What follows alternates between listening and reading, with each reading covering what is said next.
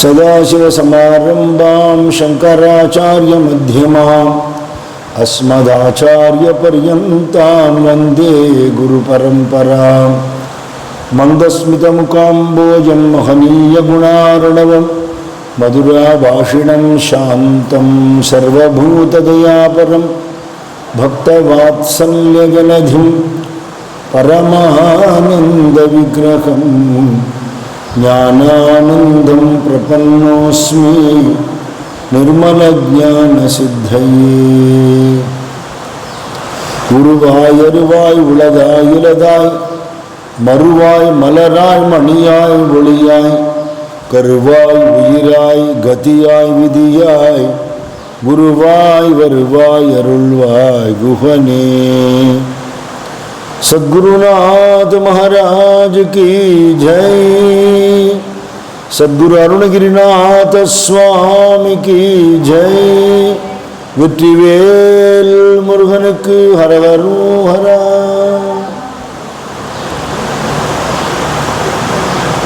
நம்ம சத்குரு ஞானானந்த பகவானுடைய ஞான இன்ப வெளிங்கிற ஒரு உபதேச மஞ்சரி, அதிலிருந்து சுவாமிகள் பண்ணின உபன்யாசங்களுடைய ஒரு பாவத்தை அனுபவிச்சுட்டு இருக்கோம். அதில் போன பௌர்ணமியும் போது திருவண்ணாமலையில் 1960 வருஷம் ஆகஸ்ட் 15 அருணகிரிநாத சுவாமிகளோட விழாவில் கலந்துண்டு நம்ம சுவாமி பேசின அந்த பேச்சோட ஒரு சில விஷயங்கள் பார்த்தோம். அதோட தொடர்ச்சி இப்போ பார்க்க போகிறோம். சாதாரணமாக ஒரு பொதுக்கூட்டம்னு இருந்தால் அதை எப்படி மக்களை அழைக்கிறது, அட்ரஸ் பண்ணுறதுங்கிறதையும் மகான்கள் எப்படி பார்க்குறாங்கிறதையும் நான் போன மாதத்தில் சொன்னேன். சாதாரணமாக பெரியவர்களே தாய்மார்களே அப்படியெல்லாம் சொல்லுவா. அப்புறம் விஐபிஸ் யாராவது மேடையில் இருந்தானா அவளை சந்தோஷப்படுத்தி ஒரு 4 வார்த்தை பேசுவா. முக்கியஸ்தால் யாராவது இருந்தால், ஆடியன்ஸில் யாராவது முக்கியமானவா இருந்தால் அவளை பற்றி 2 வார்த்தை சொல்லுவா. இதெல்லாம் பேச்சாளர்களுடைய ஒரு சுபாவம். சுவாமி அருள்மொழி சொல்கிறவர் இல்லையா, அவர் பேச்சாளர் இல்லை, சாதாரண மனுஷ வியக்தி இல்லை. அதனால் அவரோட பாவம் எப்படி இருக்குங்கிறத நம்ம பார்த்தோம். அவர் என்ன சொல்கிறார், இந்த கூட்டத்தில் இருக்கிற அத்தனை பேரோட ஹிருதயத்தில் இருக்கிற ஆறுமுக பெருமானுக்கு என்னுடைய வணக்கங்கள்னு ஆரம்பிக்கிறார் சுவாமி. அது ஆரம்பமே ஒரு ஞானியுடைய பேச்சு அது இல்லையா. அத்தனை பேருக்குள்ளேயும் சுப்பிரமணிய சுவாமியை பார்க்குறார். ஒரு தரம் ஒரு ஞானி ஒருத்தர் கேட்டார், நீங்கள் தான் பரபிரம்மம்னு சொல்லிக்கிறேன்னு கேள்விப்பட்டேன், அது நிஜமானார். ஆமாம்னார் அவர். அது மாதிரி சொல்லிக்கலாமான்னு. நான் அதுதான் தெரிஞ்சுன்னுட்டேன், அதுதான் வேதம் சொல்கிறது. ஆனால் நான் மட்டும்தான் அதுன்னு நான் சொல்லலை, நீயும் அதுதான் சொல்கிறேன், ஆனால் நீ தெரிஞ்சுக்கல அப்படின்னாரா. சர்வம் பிரம்மமயம்னு சொல்லியிருக்கு இல்லையா. அகம் பிரம்மாஸ்மிங்கிறதுக்கு அப்புறம் சர்வம் பிரம்மமயம். ரெண்டாவதாக ஒரு வஸ்து இல்லைன்னு தான் ஞானிகள் சொல்கிறா. அவளுக்கு அது அனுபவம், நமக்கு அனுபவம் இல்லை. அனுபவம் இல்லாட்டா பரவாயில்ல, அந்த உண்மையே இல்லைன்னு நம்ம சாதிக்கப்படாது. நம்ம சுவாமி கேட்பார், அப்படியா, அப்போ நீ என்னது அப்படிம்பார். இந்த நாத்தம் எடுக்கிற மலமூத்திராதிகளோட ரத்தம் மாம்சம் சதையோடு கூடின ஒரு மாம்ச பிண்டமா நீ இல்லை இல்லையா. ஏன்னா அது குழந்தையா பிறந்ததுலேருந்து மாறிண்டே இருக்கு, ஒரு நாளைக்கு இல்லாமல் போயிட போகிறது டெஃபினட்டாக. எத்தனையோ பேர் காலமானவனை போய் துக்கம் விசாரிக்க போகிறோம், நமக்கும் யாராவது விசாரிப்பான், அது ஒன்றும் பண்ண முடியாது. Nobody can avoid that. அப்படிங்கிறத இந்த அழியிற உடம்போடு உன்னை ஏன் சம்மந்தப்படுத்திக்கிறேன்னு கேட்குறான். இப்போ அந்த அழியிற உடம்பு நீ இல்லைன்னு நீ தீர்மானம் ஆயிட்டேன்னா அப்போ நீ யார் அப்படின்னு கேட்குறான். இப்போ உள்ளுக்குள்ளே அதை இயக்கிற வஸ்து எதுவோ அதுதான் நம்பங்கிறது தான் வேதம் சொல்கிறது, உபனிஷத்து சொல்கிறது. அப்படின்னுட்டா அதை அறியறதுக்கான வழியை சத்சங்கத்தில் தேடி அடையணுமே தவிர அது புரிஞ்சிக்க முடியலங்கிறதுக்காக அது பூரா அபத்தம்னு சொல்லக்கூடாது. ஞானிகளோட பார்வை என்ன, எல்லாருக்குள்ளேயும் பார்க்குறார், அத்தனை பேருக்குள்ளேயும் ஆறுமுக பெருமானை பார்க்குறார் சுவாமி. சொல்லிட்டு அருணகிரிநாத சுவாமிகளுடைய சரித்திரத்தோட சுருக்கத்தை சொல்றார். அவர் முருகனால் ஆட்கொள்ளப்பட்டது வருணாச்சலத்தில் அப்படின்னு சொல்றார். முருகப்பெருமான் அவரை ஆட்கொண்டார் அப்படிங்கிறது ஒரு பெரிய அற்புதமான லீலை அவர் சரித்திரத்தில். போன மாதம் சத்சங்கத்திலே சொன்னேன், மகான்கள் சரித்திரங்களில் சரித்திர பேதங்கள் இருக்கும், நிறைய உண்டு. மகாபரிவா தெய்வத்தின் குரல்ல பகவத்பாதா சரித்திரம் சொல்றார். அவர் இன்னைக்கு ஓம்காரேஸ்வர்னு சொல்லக்கூடிய இடத்துக்கிட்ட தான் ஆச்சாரியால் தன் குருவை பார்த்தார், கோவிந்த பகவத்பாதரை அப்படின்னு சரித்திரங்கள்ல இருக்கு. சில சங்கர விஜயங்களில் சிதம்பரத்தில் பார்த்தாருன்னு இருக்கு. அப்படி பாட்ட பேதங்கள் உண்டு, எப்பவுமே உண்டு. அதுக்குள்ளுக்குள்ள பூந்து டிபேட் பண்ணிட்டு இருக்காமல் தெய்வத்தின் குரல் 5th வால்யூம்ல சங்கர விஜயம் எழுதியிருக்கா மகாபரிவா. அவசியம் எல்லாரும் படிக்கணும். எத்தனை விதமான சங்கர விஜயங்களில் என்னென்ன டிஃபரன்ஸ் ஆஃப் ஒப்பீனியன் இருக்கோ எல்லாத்தையும் எழுதி அதை அழகா சமன்படுத்தி எழுதியிருக்கா பெரியவா. கரெக்டான ஒரு ஃபேக்சுவலான சரித்திரம் நமக்கு அதுலேருந்து தெரிய வருது. அதனால முரண்பாடுகள் தாண்டி இருக்கிற விஷயத்தை பார்க்கணும். பாம்பன் சுவாமிகள், வாகீச கலாநிதி, கீவாஜா மாதிரி இருக்கிறவாள்லாம் எப்படி அபிப்பிராயப்பட்டாங்கிறத சொன்னேன். வாரியார் சுவாமிகளோட அபிப்பிராயம் அது மாதிரி நிறைய. அருணகிரிநாதரால் கவரப்படாதவாளே இல்லை. அவருக்கு அப்புறமா வந்த எல்லா மகான்கள் உள்பட, முருக பக்தாள் உள்பட, தமிழ் இலக்கியவாதிகள் உள்பட அருணகிரிநாதரோட வாக்குக்கு அருணகிரின்னு பேர், கருணைக்கு அருணகிரின்னு பேர். அப்பேற்பட்ட ஒரு கருணை வடிவமான ஒரு மகான். ஏன் அவர் கருணைக்கு அருணகிரின்னு சொல்றாளாம்? கீவாஜா சொல்றார், இத்தினோடு நல்ல காரியம் பண்ணிட்டு நான் மன்னிப்பேன்னு அவன் சொல்லிப்பான், பீத்திப்பான், நான் தான் பண்ணேன்பான். பெரிய தப்பு பண்ணினான்னா அப்படியே முழு பூஷணிக்காக சோத்துல மறைக்கிறாப்புல பண்ணுவான். அடுத்தவன் சின்னதாக தப்பு பண்ணனா அவன் இருக்கானே அப்படின்னு அவனை பற்றி சொல்லுவான். அவன் நல்ல காரியம் பண்ணிட்டான்னா அதை வேணும்னு டீஃபேம் பண்ணுறதுக்கு ட்ரை பண்ணுவான். மனுஷ சுபாவம். ஆனால் உலகத்தில் இருக்கிற அத்தனை ஜீவராசிகள் பண்ணக்கூடிய அத்தனை தப்பையும் தன்மேலே போட்டுண்டு முருகா கருணை பண்ணுன்னு ஒருத்தர் கேட்டுவிட்டாருன்னா அவரை கருணைக்கு அருணகிரின்னு தானே சொல்லணுங்கிற. இப்போ பாபத்துக்கு பிராயச்சித்தங்கள் நிறைய உண்டு. அதில் முக்கியமான பிராயச்சித்தம் என்ன தெரியுமோ? நீ பண்ணின பாப்பத்தை பப்ளிக்காக ஒத்துக்கோங்கிறான். பகவான் சன்னிதானத்தை பப்ளிக்காக ஒத்துக்கணும். ஒத்துனுட்டா அந்த பாபத்துக்கு பிராயச்சித்தம் உண்டு. வெளியில் ஒத்துக்கிற மாதிரியான பாபங்கள் தான் நம்ம பண்ணியிருக்கோமா, அடுத்த ஆளுக்கே தெரியவே கூடாதுங்கிற அளவுக்கு நம்ம என்னென்ன பண்ணியிருக்கோங்கிறது நம்ம அந்தரங்கத்துக்கு தான் தெரியும் இல்லையா? அடுத்த வாழ்க்கை தெரியாது. பகவான் அந்த அந்தரங்கத்தில் இருக்கிற அந்தராத்மாவான பகவானுக்கு தெரியும். ஆனால் அந்த பாபத்தை மறைக்க அந்த பாபத்துக்கு தண்டனை உண்டு, தப்பிக்க முடியாது. அப்படின்னா என்ன வழி அப்படின்னா, நான் இப்படியெல்லாம் இருந்தேனே, பாழ்பட்டு இருந்தேனேன்னு அவர் எழுதுறார். அந்த திருப்புகளை நான் பாடுறேன்னு வச்சுக்கோங்களேன். அருணகிரிநாதர் பாட்டை பாடுறதாக மற்றவான் நினைப்பான். முருகப்பெருமான் சொல்றார், பரவாயில்ல உண்மையை ஒத்துண்டா இன்னைக்கு பொழைச்சப்போ அப்படின்னு. நம்ம தப்பு நம்ம என்னைக்கு கன்ஃபஸ் பண்ணிப்போமா, ஒத்துக்க மாட்டோம். அப்போ நமக்காக எப்படி பகவான்கிட்ட வேண்டிக்கணும், எப்படி பிரார்த்தனை பண்ணணும்னு நமக்கு கற்றுக் கொடுக்குற ஒரு ட்ரைனிங் கிளாஸ் மாதிரி தான் அது இருக்கு. திருப்புகள் பார்த்தா அந்த கருணை தான். அந்த கருணையினால் அவர் ஆட்கொள்ளப்பட்டார். எல்லா ஜனங்களுடைய ஒரு துக்கத்தையும் பார்த்து அதுக்கு ஒரு நிவர்த்தி.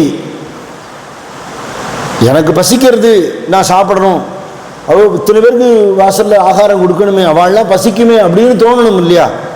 நம்ம அனுபவிக்கிற துக்கம் பிரச்சாரம் அனுபவிக்கிறாங்கிறத அதுக்கு நிவாரணம்னு தோணணும் இல்லையா? அப்படி நம்மளோட பாபத்தை சுத்தம் பண்ணிக்க நமக்கு வழி தெரியாது, அவளுக்கு தான் தெரியும். போன மாதம் சத்சங்கத்திலேயே கந்தர் அலங்காரத்திலேருந்து ஒரு பாட்டு சொன்னேன். பேற்றை தவம் சற்றும் இல்லாத என்னை இப்பிரபஞ்சம் என்னும் சேற்றை கழிய வழி விட்டவாங்கிற. இந்த ஆசை சகதி சேரு, இத்தனை பாபங்கள்லாம் அப்பி கிடக்கு, இதை சுத்தம் பண்ணிக்கிறதுக்கு எனக்கு வழி தெரியல. நீ என்ன பண்ணின? ஒரு பெரிய மழை பொழிஞ்சு என்னை சுத்தமாக்கினேங்கிற. அது ஆச்சரியம் இல்லை முருகா, ஏன்னா அது உன் பரம்பரை புத்திங்கிற. உங்கள் அப்பா அப்படிப்பட்டவர் தானே, அப்பேற்பட்டவர் பிள்ளை நீ எப்படி இருப்ப? செஞ்சடா அடவி மேல் ஆற்றை பணியை இதழியை தும்பையை அம்புலியின் கீற்றை புனைந்த பெருமான் குமாரன் கிருபாகரனேங்கிற பெரிய ஜட்டாபாரம். அது காடு மாதிரி இருக்கான். செஞ்சடா அடவி மேல், அதில் கங்கை இருக்கா, சர்ப்பம் இருக்கு, கொன்றை புஷ்பம் இருக்கு, தும்பப்பூ இருக்கு, சந்திரன் இருக்கு, இதெல்லாம் வச்சுட்டு இருக்கார். கொன்றை புஷ்பம்ங்கிறது ஓம்கார ஸ்வரூபம், அது வச்சுட்டு இருக்கார். வாஸ்தவம், அவர் பகவான் வச்சுட்டு இருக்கார். கங்கை என்ன மாதிரி யாராவது உண்டா, நான் பூமியில் வந்து இறங்கி எல்லாரும் சுத்தம் பண்ணணும்னு பகீரதன் தபஸ் பண்ணுறான்னா, ஆகாசத்தில் இருக்கிற ஆகாச கங்கை நான் இறங்கினேன்னா என்னை எவன் தாங்குவான் அப்படின்னு சொல்லிட்டு இருந்தவள். என்ன நான் வர்ற வேகத்தை தாங்கிறதுக்கு ஒரு ஆளை காட்டுன்னா, எவன் தாங்குவானா சிவன் தாங்குவான வந்து நிற்கிறார். அத்தனை கங்கா பிரவாகத்தையும் ஜட்டையில் சுருட்டிண்டு கங்கையை கர்ப்பபங்கம் பண்ணினார்னு சொல்லுவான். அப்போ கர்ப்பம் இருக்கிறவாளையும் சுவாமி தங்கிட்ட ஏற்றுக்கிறார். எப்படி வச்சுக்கிறார்? தலைமையில் தூக்கி வச்சுக்கிறாராம். விஷமுள்ள பாம்பை வச்சுக்கிறார். பனி, ஆற்றை பனியை, இதழி, கொன்ற புஷ்பம், அது தகுந்தது. அதாவது யோக்கியதை இருக்கிறவா யோக்கியதை இல்லாதவா ரெண்டு பேரையும் சமமாக ஏற்றுக்கிறார். பாண்டவங்களோட சமச்சரணத்துக்கு அதான் மகான்கள் சொல்கிறா, நீ நல்லவாளையும் ஏற்றுக்கிற, துஷ்டாலையும் ஏற்றுக்கிற, புண்ணியாத்மாவையும் ஏற்றுக்கிற, பாபிகளையும் ஏற்றுக்கிற, ஞானிகளையும் ஏற்றுக்கிற, அஜ்ஞானிகளையும் ஏற்றுக்கிறியே பாண்டுரங்காங்கிறா. அது மாதிரி கருணை சுவாமிக்கு. தும்ப புஷ்பங்கிறது எங்கேயோ தெருவோரத்தில் இருக்கும். அது ஒன்றும் பெரிய வேல்யூலாம் நம்ம கொடுக்கறது இல்லை இல்லையா? ஒரு காஸ்ட்லி புஷ்பமாக ஒரு பெரிய தோட்டத்தையோ நந்தவனத்தையோ போய் எடுத்துன்னு வர நல்ல வாசனை புஷ்பமாக ரொம்ப விலை கொடுத்து வாங்கி அப்படி தும்பப்பூனா அப்படி கிடைக்கும் சர்வசாதாரணமாக. அவ்வளோ சுலபமாக இருக்கே. எத்தனை பேர் நம்ம உட்காந்து இந்த தும்பையை பறித்து கொண்டு சிவன் கோயிலில் கொடுக்குறோம்? இல்லை இல்லையா? அது துணுண்டே இருக்குது. குனிஞ்சு பறிக்கிறதுங்கிறது ரொம்ப வேலை, சாதாரண விஷயம் இல்லை. தும்பை பறிக்கிறது ஒரு பெரிய வேலை. வெள்ளிமலை சுவாமிகளுடைய பூர்வாசிரம மனைவி பழனியில் அவள் இருந்தபோது அவர் மலை மேலே இருந்தார். நீ மலைக்கு கீழே இருந்துக்கோ, எங்கேயாவது பிக்ஷை எடுத்து சாப்பிட்டுக்கோன்னு விட்டார் கொண்டாட்டிய திருப்புகழ் வெள்ளிமலை சுவாமிகள். அவள் வந்து முருகனுக்கு கைங்கரியம் பண்ணி, பக்கத்துக்குள்ள சிவன் கோயிலுக்கு கைங்கரியம் பண்ணி தும்பப்பூ நிறைய பறித்து பறித்து பறித்து பறித்து கொடுப்பாளாம். நான் ஏழை, என்கிட்ட காசு கிடையாது, இது சுலபமாக ஏழைகளுக்கானவே ஒரு செடி இருக்கு, பரமேஸ்வரனுக்கு ரொம்ப உகப்பானது. அதனால் அந்த தும்பை ரொம்ப அல்பம்னு நமக்கு தோணும், ஆனால் அது வஸ்தியானது, எளிமையானவா, கர்வம் பிடிச்சவா, பவித்திரமானவா, பிரணவத்துக்கு சமமானவா, விஷமுள்ளவா, எல்லாரையும் நான் ஏற்றுக்கிறேன். சந்திரன் வந்து தப்பு பண்ணி சாபத்தினால உடம்பு இப்படியே குறைஞ்சி போகிற மாதிரி க்ஷயமாகி அப்புறம் அவருக்கு அனுகிரகம் பண்ணி அந்த சந்திரனோட பிறைய வாங்கி தலையில் வச்சுட்டார் சுவாமின்னு சொல்லுவா. அப்போது எல்லாரையும் சமமாக பாவிச்சு எல்லாருக்கும் தலைமையில இடம் கொடுக்கிற பெருமான் குமாரன் கிருபாகரனேங்கிற. இப்போ பகவானோட கருணையை நம்பி தான் நம்ம இருக்கணும். கிருஷ்ணபிரமேன் நான் சொல்லுவா, உன் சாதனையை நம்பி இருக்காத, அவன் கருணையை நம்பி இரு. அவன் கருணை உன்னை காப்பாற்றும். நான் பண்ணுறதுனால நான் தப்பிச்சிருவேன்னு நினச்சியா மாட்டிப்பேன் பையில, ஜாக்கிரதை அப்படிங்கிறான். அது கருணையை பிரார்த்தனை பண்ணுறது, பகவான்கிட்ட எப்படி வேண்டிக்கிறதுங்கிறத இவெல்லாம் சொல்லி வச்சிருக்கா.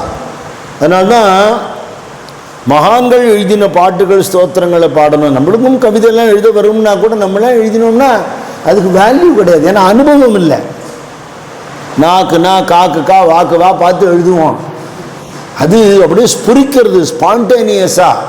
அந்த கிருபை அவரோட பூர்வ சரித்திரத்தை ரெண்டு விதமாக சொல்கிறாங்கிறத பார்த்தோம். ஒன்று, அவர் லௌகீகமாக இருந்து அப்புறம் ஆன்மீகமாக ஆனார், இது காமனாக ஒத்துக்கிற விஷயம்.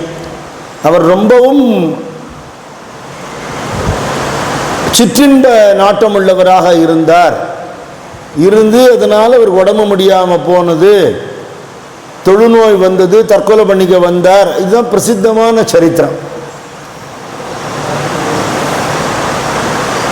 லௌகீகமாக இருக்கிறவாளாக இருந்தாலும் தப்பான வழிக்கு போனவாளாக இருந்தாலும் அவளை தடுத்து ஆட்கொள்றதுங்கிறத அந்த ஒரு விஷயத்தை தான் எடுத்துக்க சொல்கிறான்.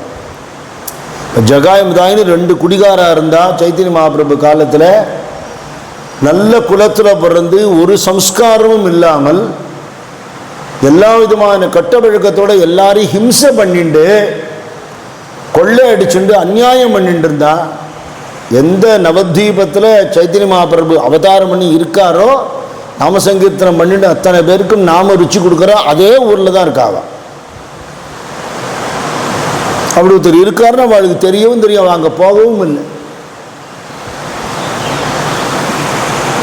அப்போ நித்யானந்த பிரபு ஹரிதாஸ் தாக்கூர் இவா 2 பேர்ட்டையும் தன் சிஷ்யாட்ட எல்லாத்தையும் சொன்னாப்புல மகாபிரபு வீடு வீடாக போய் நாம பிக்ஷை கேளுங்கன்னு, பிக்ஷான்னு கேளுங்க, நாம சொல்லுன்னு நீ என்ன எனக்கு சொல்கிறது. இந்த ஊர்லேயே ஒரு பிள்ளையாண்டா என்கிட்ட சொன்னான், ஒரு வயசானவரை பார்த்து ராம் ராம்னு சொன்னேன், என்னப்பா சொல்லு அப்படின்னார். மாமா ராம்னு சொன்னேன் மாமான்னு, காதில் விழுந்தது, உனக்கு என்ன வேணும்னு சொல்லு அப்படின்னார். நான் சொல்கிறேன் மாமா ராம்னு சொன்னால் ராம் சொல்ல மாட்டேன், அப்படி சொல்லணும் ஏதாவது எழுதியிருக்கா, சொல்ல முடியாது போ. இத்தனை வார்த்தை பேசியிருக்கார், இந்த 2 எழுத்து வரலையே இல்லையா, அது அத்தனை சுலபம் இல்லைங்கிறது தெரியறது இல்லையா. அப்படி வந்துடுமா சுலபமா, வரலையே. அப்போது மகாபிரபு மாதிரி உள்ளவாள் என்ன சொல்கிறான், பிச்சை கேட்டால் யாராவது கொடுப்பா இல்லையா, ஐயா சாமி பிச்சை போடுங்க அப்படின்னு சாப்பாடோ காசோ கொடுப்பா இல்லையா. நாமத்தை பிட்சை கேளுன்னாரு, உங்கள் வாயால் ஒரு தடவை நாமா சொல்லுங்கன்னு பிட்சை கேளு. எதனாலையும் இறக்கப்பட்டோ கோச்சுண்டோ நமுப்பு தாங்க முடியாமல் ஒரு தடவை நாம சொன்னால் கூட அந்த நாம அவனை காப்பாற்றிடும். அப்படி நாம பிட்சை கேட்டு போன நித்யானந்த பிரபுவும் ஹரிதாசரையும் அடிச்சா இவா. ஹரிதாசர் ஓடிவிட்டார். நித்யானந்த பிரபு தலையில் ரத்தம் கொட்டுறது, கல்லு பானையால் அடிச்சிருக்கான் மண்டையில். அவர் சொல்கிறார், உனக்கு இன்னும் திருப்தி வரலன்னு இன்னும் 4 அடி அடிச்சுக்கோ, ஒரு தடவை நாம சொல்லிட்டு நான் இங்கேருந்து போயிடுறாங்க. அப்போது என்ன கருணை அவளுக்கு. நித்யானந்த பிரபு ரத்த விளாறு ஆயிட்டார்னு தெரிஞ்சு மகாபிரபு அங்கேருந்து ஓடி வரார். அவர் கிருஷ்ணா அவதாரம், ஆனால் தன்னை காட்டிக்காமல் ஒரு பாகவதராக இருந்துருக்கார். அன்றைக்கி ஆவேசம் வந்து கையை அப்படி மேலே நீட்டுச்சு, சுதர்சனா அப்படின்னு கூப்பிட்டார். ஆகாசத்தை சுதர்சனத்தை வரவழைச்சு இவரை ஒழிச்சு விடல, பக்தரை அடிச்சு விட்டாரேன். நித்யானந்த பிரபு போய் மகாபிரபு காலை கட்டிண்டு, பிரபு இந்த அவதாரத்தில் நீங்கள் இப்படிலாம் கோச்சிக்கப்படாது, தெரியாமல் பண்ணிட்டான், குழந்தை அவன், அவனுக்கு பக்தி வரதுக்கு அனுகிரகம் பண்ணுங்க, ஒரு தடவை நாமா சொல்ல சொல்லுங்கிறார். இதுதான் சாதுக்களோட குணம், தடுத்து ஆட்கொள்றது. அதுக்கப்புறம் அவன் மாறிட்டான், கதறி கதறி அழுதுண்டு நாமா சொல்லிண்டு அப்படியே அவள் டிரான்ஸ்ஃபர்மேஷன் ஆகிடுது. இது மாதிரி நிறைய மகான்கள் சரித்திரத்தில் நிறைய, ராமகிருஷ்ண சரித்திரம் எடுத்துட்டா கிரீஷ் சந்திர கோஷ், காளிபாத கோஷ் மாதிரி முடா குடியர்கள் with lot of vices and bad habits அவளெல்லாம் மாற்றிருக்காவா. அது அவளால் முடியும், அதுக்கு தான் அவள் அவதாரமும் பண்ணுறா. அதை தடுத்து ஆட்கொள்றதுங்கிறது அதுதான். யோகி ராம்சுரத்குமார் சுவாமியை பற்றி ஒரு சமீபத்தில் ஒரு விஷயம் படித்தேன். ஒரு பெரிய பணக்கார வீட்டு பிள்ளை, சத்சங்க கந்தமே இல்லை, வாசனையே கிடையாது. அவன் பாட்டுக்கு மனசு போனபடி வாழக்கூடிய ஆள். பணங்காசு இருக்குது, தட்டி கேட்கறதுக்கு ஆள் இல்லை, யங்ஸ்டர் கேட்கணுமா, எல்லா கட்டப்பழக்கமும் இருக்குது. அவள் அப்பாவுக்கு வந்து பையனை கோச்சிக்கிறதுக்கு வருத்தம். சரி திருந்திடுவான் ஒரு நாளைக்கு அப்படின்னு நினைக்கிறார். என் காலத்துக்கு அப்புறம் இந்த பிஸ்னஸ்லாம் எடுத்து நடத்தணுமே அப்படின்னு நினச்சி கவலைப்படுறார். சத்சங்கத்துக்கு வரணுமேனு அவர் நினைக்கல. அதுக்கப்புறம் அவனுக்கு அவள் அப்பா காலம், அதுக்கப்புறம் பிஸ்னஸில் நாட்டம் வந்துடுத்து, பிஸ்னஸில் நிறைய சம்பாதிக்க ஆரம்பித்தான். அதில் வந்து பழைய வயசுக்கெல்லாம் பழக்கத்துக்கு நேரம் கம்மியே தவிர பழக்கங்கள்லாம் இருந்தது. ஆனால் ரொம்ப டைட்டாக எடுத்து ஷெட்யூல். யாரோ ஒரு ஃப்ரெண்டு மூலமாக எங்கேயோ போகும்போது திருவண்ணாமலையில் போய் யோகி ராமசுரத்குமார் சுவாமியை பார்க்க போகிறான். இவனுக்கு பிடிக்கல, இந்த சாமியார் மாதிரிலாம் அபிப்பிராயம் இல்லை. பட் அவர் ரொம்ப சொன்னாருங்கிறதுக்காக அங்கே போனால் அங்கே இருந்த கொஞ்ச நேரத்தில் மனசுக்கு அப்படி ஒரு அமைதி கிடச்சிது. இத்தனை நாளாக அது கிடைக்கல. இப்போ யாரோ ஒரு அழுக்கு பிச்சைக்கார மாதிரி இருக்கார் அவர். I'm dirty beggar, I'm dirty சின்னர்னு சொல்லிப்பார் அடிக்கடி. ஆனால் இங்கே வந்தால் எனக்கு இப்படி ஒரு அமைதி கிடைக்கிறதேன்னு தோணி போய் எடுத்து அடிக்கடி வர ஆரம்பித்தான். அவரும் வாப்பா அப்படி பக்கத்தில் உட்காந்து வச்சு அவனை தடவி கொடுத்து பேசி எல்லாம் பண்ணுவார். அவனோட பழைய கதையெல்லாம் கலரவே மாட்டார், அவளுக்கு எல்லாமே தெரியும். அப்புறம் ரொம்ப அவருடைய ஒரு பக்தனாகவே ஆயிட்டான். அவன் ஒரு காலகட்டத்தில் பிஸ்னஸில் ஏதோ ஒரு டென்ஷன், ஒரு ப்ராப்ளம் வந்து எங்கேயோ தனியாக தங்கியிருக்கான் ஒரு ஹோட்டலில். அப்போ இன்றைக்கி ஏதாவது நம்ம மதுபானம் பண்ணால் தேவையில்லைன்னு அவனுக்கு தோணி போய் திரும்பியும் பழைய வழக்கத்துக்கு ஆளாகிட்டான். எப்படா காத்துன்னு இருக்கும் இந்த கட்ட விஷயங்கள்லாம் நம்மளை படிச்சுக்கிறதுக்கு. திரும்பியும் கட்ட வழக்கத்துக்கு ஆளாகிட்டான். அப்புறம் அதுலேருந்து ஆரம்பித்து மற்ற தப்புகள் இல்லாமல் உள்ளே வந்துடுத்தோம். இப்போ திடீர்னு ஒரு நாள் அவனுக்கு தோணித்து, நான் ஒழுங்காக தானே இருந்தேன், உங்களை தான் நான் குருன்னு கும்பிட்டுன்னு இருந்தேன், முன்னாடி எப்படியோ இருந்தேன், இப்போ உங்களை கும்பிட்டதுக்கு அப்புறமா அப்படி நான் பாழா போயிட்டேன்னா அதுக்கு நீங்கள் தான் காரணம், நீங்கள் என்ன கிழிக்கிறீர்கள் எனக்கு அப்படின்னு அவர்கிட்ட கோவம்.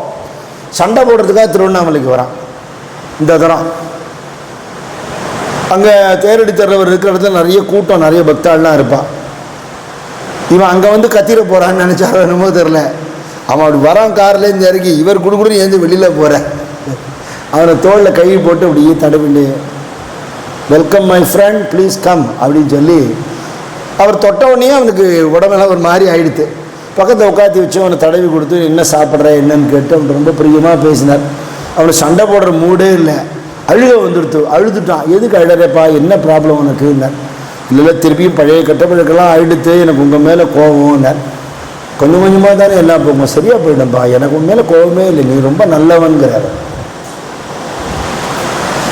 ஒரு பாபியை வந்து நீ நல்லவன் யார் சொல்ல முடியும் இல்லையா? உன் பாபத்தெல்லாம் நான் ஏற்றுக்கிறேன், நீ நன்னாதுன்னு மகான்கள் மட்டும்தானே சொல்லுவா.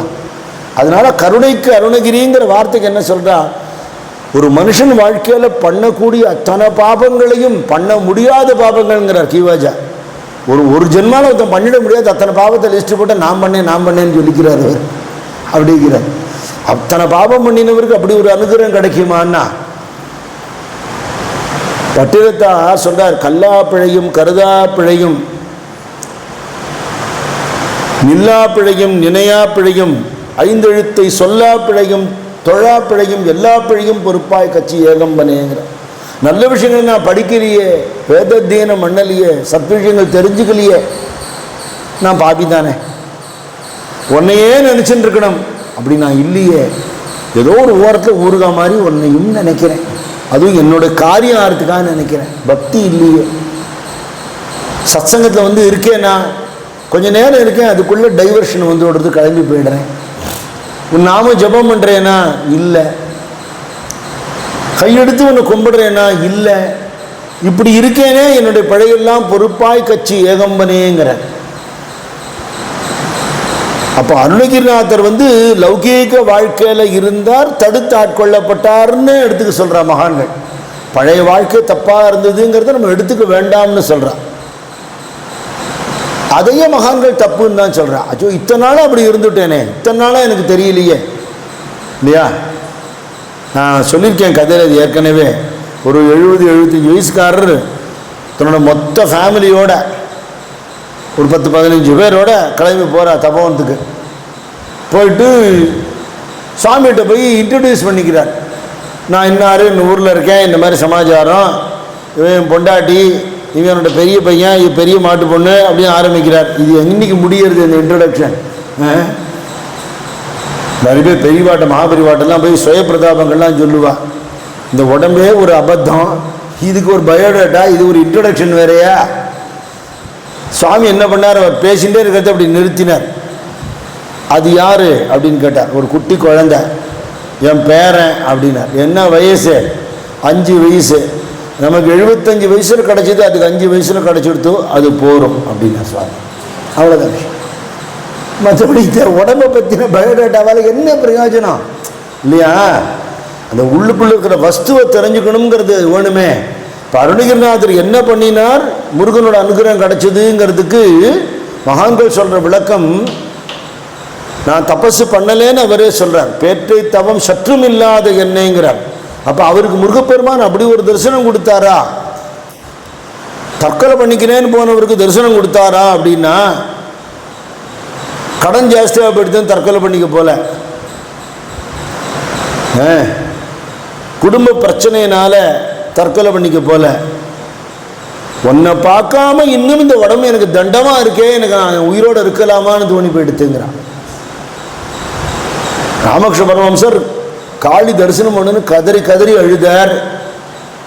நான் யாரோட பாட்டெல்லாம் பாடி உன்னை ஸ்துதி பண்ணுறேனோ அந்த மகான்கள்லாம் உன்னை பார்த்தேன்னு எழுதியிருக்காளே, எனக்கு கொடுக்கப்படாதா, தரிசனம் கொடுக்கப்படாதா?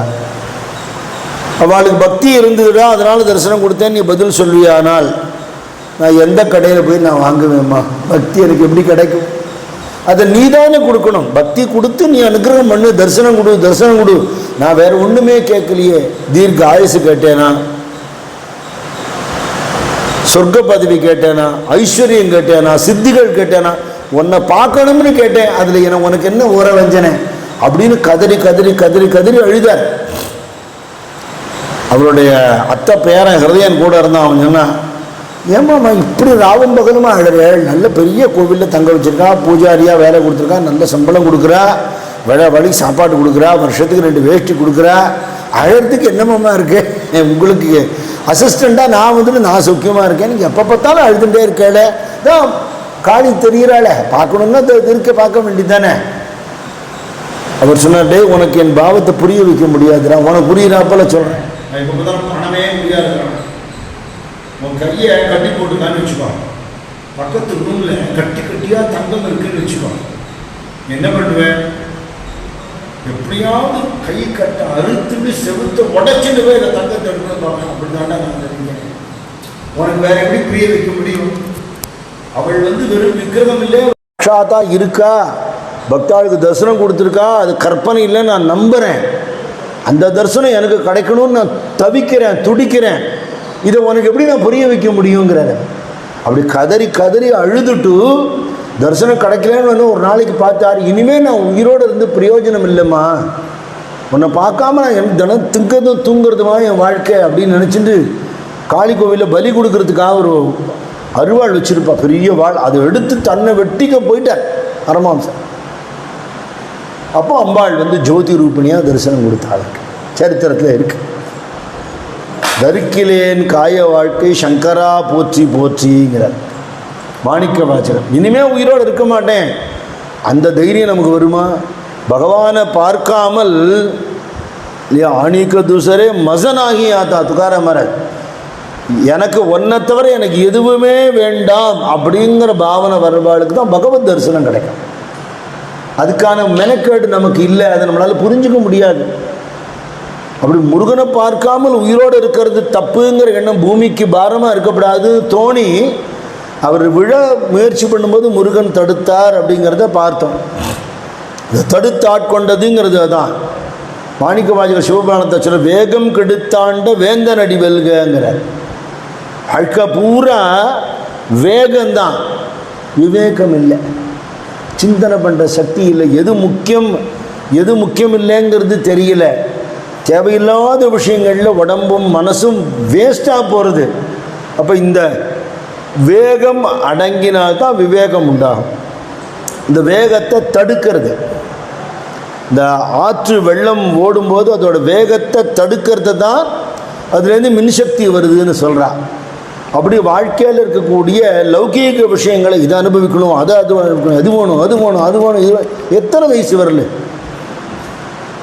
பைசா எடுத்துன்னா உடம்பு தளர்ந்து போய்டுறது, தலை நரைச்சி போய்டுறது, பல்லெல்லாம் குட்டி போய்டுறது, உடம்புல நிறைய வியாதிகள் விடுறதே தவிர சின்ன வயசில் எப்படியெல்லாம் ஆட்டம் போட்டதோ அதே மைண்டு தான் இன்றைக்கி இருக்குது. மனசு மட்டும் மாறவே மாறாது, அதுக்கு வயசு ஆகலை, மனசுக்கு வயசு ஆகலை, உடம்புக்கு தான் வயசாகிடுது. அப்போ என்ன ஆகும்? வயசான உடம்புக்குள்ளே அந்த சின்ன வயசு மனசு உள்ளே இருந்ததுன்னா எப்படி டேலி ஆகும்? ஆகவே ஆகாது. சத்சங்கம் இல்லாத ஒரு லௌகீக வாழ்க்கைங்கிறது அப்படி தானே இருக்க முடியும். அப்படி லௌகீக வாழ்க்கையில் இருந்துட்டு இதுக்கு பகவான் வேற எங்கேயோ எக்ஸாம்பிள் போகாமல் சுவாமி எப்படி பண்ணார்? தன்னுடைய நிழல் பிம்பத்திலேருந்தே உன்னை உண்டாக்கி பூமிக்கு போன்னு அனுப்பிச்சார் சுந்தரமூர்த்தி நாயனாரை. அவர் வேற யாரோ இல்லை, சிவபெருமானுடைய ரிஃப்ளெக்ஷனே. அவருக்கு என்ன பூர்வ கர்மான்னு ஏதாவது பாபம் என்னதான் இருக்க முடியுமா? கைலாசத்தில் இருந்தவருக்கு அவருக்கு வேணும்னே அவர் அம்பாளோட தோழிகளை பார்த்தான்னு ஒரு பழியை கட்டி அவரை அந்த இன்சிடெண்ட்டை கிரியேட் பண்ணி அவர் பூமிக்கு அனுப்பிச்சுட்டார். கர்மாங்கிறது எல்லாருக்கும் உண்டுன்னு யாரை வச்சு காட்ட முடியும்? தன்னை வச்சே காட்டினார் சுவாமி. அவர் பூமியில் இருந்து 2 பக்தைகளை கல்யாணம் பண்ணிண்டார். அவளோட கிரகஸ்த தர்மத்தில் இருந்தார். சத்தியம் பண்ணினார். சத்தியத்தை மீறுற மாதிரி ஆச்சு. கண் பார்வை போச்சு. கதறி கதறி ஊரெல்லாம் பாடினார். தர்மம் பண்ணுறதுக்கு பணம் வேணும்னு சுவாமியை கேட்டார். கதறினார். சுவாமி அவருக்கு எல்லாம் கொடுத்தார். தன்னுடைய ஃப்ரெண்டாக வச்சுருந்தார். தம்பிரான் தோழன்னு அவர் சரித்திரம் அப்படி வச்சுருந்தார். 16 வயசில் அவரோட முதல் கல்யாணத்தை தடுத்து அவர் ஆட்கொண்டார். ஆட்கொள்றதுங்கிறதுக்கு சொல்கிறேன். 16 வயசில். பாக்கி உள்ள சரித்திரம் பூரா அத்தனை பாட்டுகளும் 2 வருஷத்தில் நடந்தது. 18வது வயசில் சரீரத்தோடு ஐராவதத்தில் ஏறி கைலாசம் போயிட்டார். 2 வருஷம்தான் அவர் சரித்திரமே, சுந்தரமூர்த்தி சுவாமி சரித்திரம். அதில் வெறுத்தேன் மனை வாழ்க்கைன்னு சொல்கிறேன். எந்த நிமிஷம் என்ன கேட்டாலும் அவர் பாட்டெல்லாம் பிரமாணம். வேர்வையாக இருக்க, கோயிலுக்கு வந்தால் கஷ்டமாக இருக்குது, கொஞ்சம் ஜவ்வாது கூடன்னு எழுதியிருக்கார். உடம்பு அரிசி மூட்டை வேணும், அரிசி மூட்டை கொண்டானே எங்கேயோ கொண்டு இறக்கி விட்டேன், எங்கள் ஊரில் கொண்டு இறக்கு, இப்படிலாம் பாட்டு இருக்கேன். அவ்வளவு உரிமை சுவாமிகிட்ட. சோமாசிமார் நாயனாரோட யஜ்ஞத்தில் போய் தரிசனம் கொடுக்கணும்னு இவர் கேட்டுட்டான்னு சுவாமி வந்தார்னு இருக்குது சரித்திரம். அவ்வளோ உரிமை. அத்தனை உரிமை இருந்தும் அவரே சொல்கிறார், நான் என்னென்னலாம் உங்கள்கிட்ட போய் கேட்டுவிட்டேன், நான் கேட்குறதா நீங்கள் தரேளுங்கிறதுக்காகவே. எனக்கு வாழ்க்கையில் 2 கல்யாணம் பண்ணி வச்சால் என்னை ராஜா மாதிரி வச்சுருந்தேங்கிறதால நான் ஏமாந்து போகலாமா, நான் உங்கள்கிட்டனா வரணுங்கிற அதை தடுத்து ஆட்கொள்ளக்கூடிய அந்த தருணம்னு வந்துடுத்துனா தான் இத்தனை நாளாக நம்ம வாழ்ந்த வாழ்க்கைங்கிறது ஒரு அபத்தம். நமக்குன்னு நம்ம பிரயோஜனமாக இருக்கணும், சமூகத்துக்கு பிரயோஜனமாக இருக்கணும், பகவானுக்கு சேவை பண்ணணும். அதுக்குத்தான் இந்த மனுஷ ஜென்மம் உயர்ந்த ஜென்மாம்பர் சுவாமி. கிடைத்தற்கரிய மனித பிறவியும்பர். அது பகவானோட சேவைக்காக கொடுக்கப்பட்டிருக்குன்னு உணரணுமே. அந்த தடுத்து ஆட்கொண்ட அந்த தருணத்தில் முருகப்பெருமானுடைய கரஸ்பர்ஷம் பட்டு அவருடைய குஷ்டரோகம் குணமாகி ஒரு குருநாதனாக தான் வரார். முருகப்பெருமானுடைய தன்னுடைய நிஜ ரூபத்தில் தரிசனம் கொடுக்கல. இப்போ குரு ரூபம் நிஜ ரூபம் இல்லையானா அதுதான் நிஜ ரூபம். குருவாக காட்சி கொடுக்குறார் அப்படின்னா ஒரு மனுஷ வடிவத்தில் வராது, மனுஷனை ஏமாந்துடப்படாது, பகவான் தான் அந்த ரூபத்தில் வரார். அதனால அந்த ரூபத்தில் காட்சி கொடுத்ததுனால குருவாய் வருவாய் அருள்வாய் குகனேன்னு தான் அவர் நிறைய பாடம். குருநாதனாகவா குருநாதனாகவா அப்படின்னு சொல்கிறார். அதுக்கப்புறம் தன் மேலே பாட சொல்கிறார். பாடுறதுக்கு தபசு வேணுமே, பாட முடியுமா? அப்படி அவரே நாக்கு நீட்ட சொல்லி அக்ஷரம் எழுதுகிறார். முதல்ல உபதேசம் பண்ணினார். என்ன? சொல்லற சும்மா இரு அப்படின்னு. அதான் உபதேசம். கந்தரடு பூதியில் சொல்றார், சும்மா இரு சொல்லற என்றலுமே அம்மா பொருள் ஒன்றும் அறிந்திலனேங்கிற. சுவாமி அடிக்கடி பக்தாளுக்கு எழுதி கொடுப்பார், சும்மா இரு சுகம் அப்படி. அது எவ்வளோ பெரிய விஷயம் தெரியுமோ. வாய் மட்டும் மௌனமாக இருந்து பிரயோஜனம் இல்லை, எண்ணமும் இல்லாமல் போகணுமா. பேசாமல் இருக்கோம் அப்படின்னா நம்ம மைண்டு உள்ள எங்கேயோ ஓடிகிட்டே இருக்கு இல்லையா. படுத்துண்டா கூட மனசு சஞ்சாரம் பண்ணுறதுங்கிறதுக்கு பிரமாணம் தான் கனவுகள் இல்லையா. சம்பந்தம் இல்லாமல் கனவு வரும், அபத்தமாக இருக்கும். நம்மளே இழந்தோன்னா சேச்சா இதெல்லாம் நம்ம நினைக்கவே கூடாதுன்னு தோணும். அப்படிலாம் கனவு இருக்கும். கனவு எங்கேயாவது சீக்வன்ஷியலாக அழகாக இருக்குமோ? அபத்தமாக தான் இருக்கும். ஆனால் மகான்கள் சொல்கிறா, நீ லைவ் என்னமோ பிரமாதமாக இருக்குன்னு நினச்சதுக்கு இதுவும் ஒரு கனவு தான், இதுவும் அபத்தம் தாங்கிறா. ஏ ஜகுமாயா சப்புன்னு நினைக்கிங்கிறா மீரா. இதுவும் ஒரு அபத்தம் தான் இது. அப்போ இந்த லௌகீகத்திலேருந்து விலகணும்னா முதல்ல மனசா வாச்சா கர்மனா, மனசு நினைக்கிறது, வாய் சொல்கிறது, சரீரம் அதை காரியமாக பண்ணுற காரியத்தினால புண்ணிய பாபங்கள் ஏற்படுறதுங்கிறதுனால சுயநலமாக காரியங்கள் பண்ணுறத முதல்ல நிறுத்து. First thing. இல்லை குறைச்சிக்கோ. அனாவசியமாக பேசுகிறத குறைச்சிக்கோ. இது ரெண்டும் அவுட்வேர்டு. இதை பண்ணுறதுக்கு சாத்தியம் ஆகிடுத்துன்னா மனசில் எண்ணங்கள் வர்றதும் குறைஞ்சி போயிடுங்க. அது எப்படி நடந்ததுங்கிறத பின்னாடி சொல்கிறார் அந்த அனுபவத்தை. செறிவற்று உலகோடு உரை சிந்தையுமற்று அறிவற்று அறியாமையும் அற்றதுவேங்கிற. புத்தியுடைய பிரபாவம் இல்லை, தாட்ஸ் இல்லை, சரீர பிரஜை இல்லை, எங்க உக்காண்டிருக்கேன்னு தெரியல, தியானம் பண்ணிட்டு இருக்கேங்கிற அந்த அறிவும் மறைஞ்சு போயிடுச்சு, லௌகீக சிந்தனையோடு இருந்த அறியாமையும் மறைஞ்சு போயிடுச்சு. எப்படி இருந்ததுன்னு அதை விளக்க முடியாதுங்கிறார். அவ்வாறு அறிவார் அறிகின்றதனால் எவ்வாறு ஒருவருக்கு இசைவிப்பதுவே, அவளோட அனுபவம் தானே தவிர இதை சொல்லி புரிய வைக்கவே முடியாது அப்படிங்கிறார். அந்த அனுபவம் அவருக்கு ஏற்பட்டு போயிடுத்து முருகனான குருநாதனோட கிருபையினால. அப்ப அந்த கிருபைக்கு காரணம் என்ன சொல்றா, நான் இன்னும் ஒன்று அடையலையேங்கிற தாபம் இருந்தாலே அனுகிரகம் உண்டு. புரியுதா? நம்ம சுவாமிகிட்ட வேண்டிக்கிறோம், இந்த பிரார்த்தனை பண்ணால் நான் இங்கே வந்து பாத பூஜை பண்ணுறேன், பிரதட்சணம் பண்ணுறேன், எல்லாம் வேண்டிக்கிறோம், சுவாமி நடத்தி கொடுத்துட்றேன், சந்தோஷமாக நம்ம அதை பண்ணுறோம். நம்மளில் யாராவது இன்க்ளூடிங் மைசெல்ஃப், சுவாமி எனக்குள்ள நான் உங்களை உணர்ந்து இந்த ஜென்மா எனக்கு எதுக்கு நீங்கள் கொடுத்தாலோ அப்படி நான் வாழறதுக்கு எனக்கு அனுகிரகம் பண்ணுங்கோ அப்படிங்கிற பிரார்த்தனையை என்னைக்காவது நம்ம செலுத்தியிருப்போமா? என்னைக்காவது? லௌகீகமாக தானே வேண்டிக்கிறோம், சுவாமி கொடுக்க தான் கொடுக்குறார். லௌகீகமாக கொடுக்குறவர் தெய்வீகமாக ஏன் கொடுக்க மாட்டார்?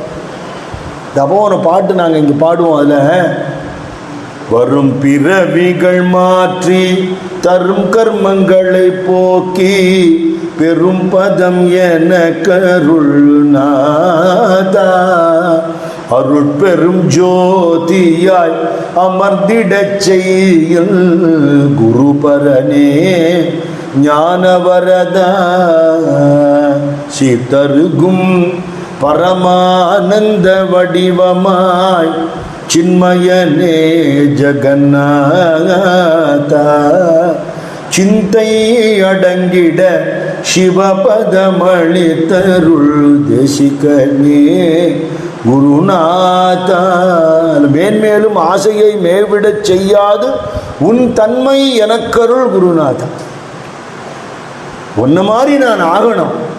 ஒரு அப்பாவும் என்ன நினைப்பார், என்ன மாதிரி என் குழந்தை ஆகணும்னு நினைப்பார் இல்லையா? சுவாமி அப்படி தான் நினைக்கிறாராம்.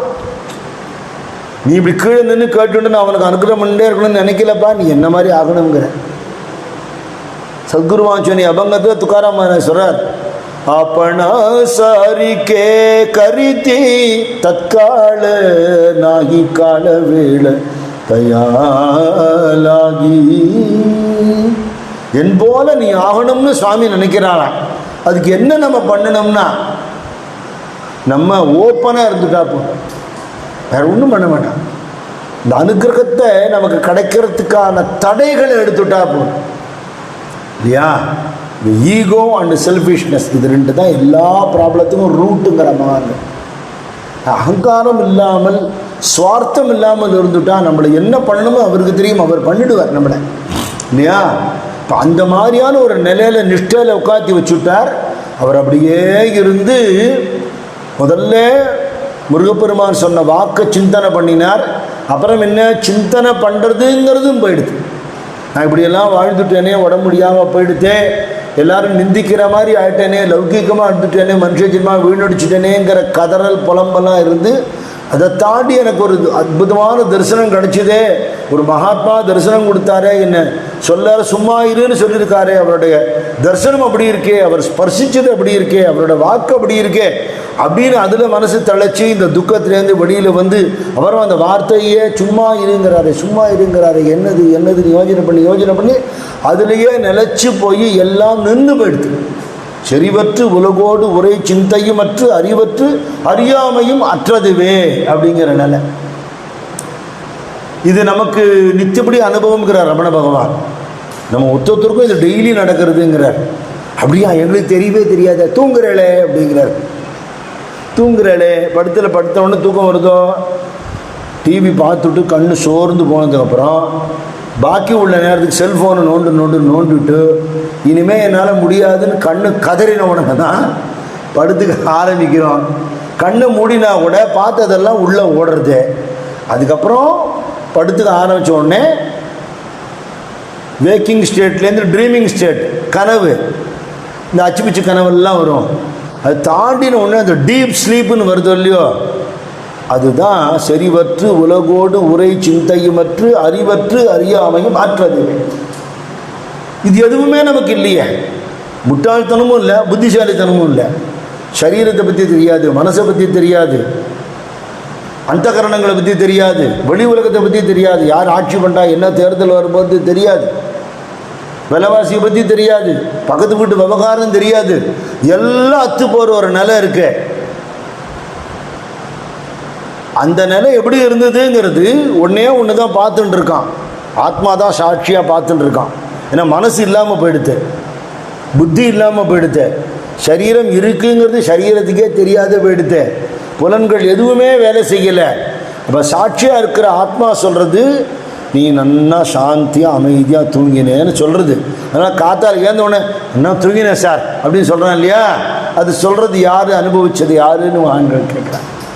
இதை பிரஜையோடு அனுபவிக்கும் போது செறிவற்று உலகோடு உரை சிந்தையுமற்று அறிவற்று அறியாமையும் அற்றதுவேங்கிறது சத்சங்கத்தினால, குரு கிருப்பையினால, மந்திர ஜபத்தினால, மனோலயத்தினால, மனோ நாசத்தினால ஏற்பட்டுருக்குன்னா you have reach the destination. அவ்வளோதான் விஷயம்.